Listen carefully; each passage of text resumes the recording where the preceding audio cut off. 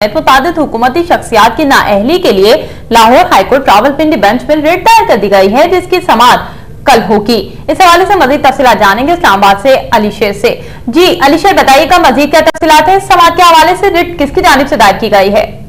जी, ये दरखास्त Zafar Awan advocate high court bar association Talagang जिला चकवाल की तरफ से दायर की गई है, जिसमें सदर मुमलिकत आसिफ अली जरदारी, वज़ीर आज़म सैयद यूसुफ रज़ा गिलानी, तहमीदा मिर्जा स्पीकर कौमी assembly, Farooq Ismail chairman senate, Sardar Asif Ahmad Ali साबिक वफाकी वजीर तालीम, शहबाज भट्टी वफाकी वजीर अकलीती अमूर, शहरी रहमान, मुस्लिम लीग काफ की नीलोफर बख्तियार, मुस्लिम लीग नून के अयाज मीर और Pakistan supreme court bar association के सदर आसमा जहांगीर के खिलाफ एक आईनी दरखास्त दायर की गई है लाहौर हाईकोर्ट रावलपिंडी बेंच में, जिसमें इन तमाम पे ये इल्जाम लगाया गया है और उसके सबूत मुख्तलिफ अखबार के जो तराशे हैं उनकी कटिंग जो है उसके हवाले दिए गए हैं इस पिटीशन में। और इनसे कहा यह गया है कि कानून तौहीन रसालत में तरमीम की जो कोशिशें हैं या तनसीख के लिए जो कोशिशें की गई उसमें ये किसी न किसी तरह ये असिस्ट कर रहे थे उस सारे मामले को, तहमीदा मिर्जा और फारूक इस्माइल को इस वजह से इसमें फरीक बनाया गया है कि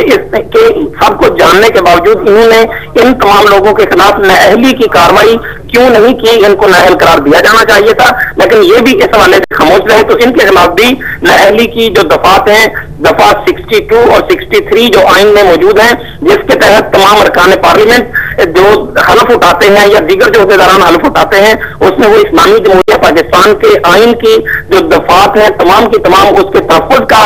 अदा करते हैं और इस पर इसकी खिलाफ वर्जी की गई है 62 और 63 की, इसलिए इनको नाअहल करार दिया जाए। जफर अवान एडवोकेट का कहना है कि उनकी पिटीशन कल के लिए जस्टिस इजाज अहमद की अदालत में लग गई है और कल उसकी समाअत होगी। हम कोर्ट की साइड से अभी ये नहीं पता चल सका है कि आया कोर्ट की जो कॉल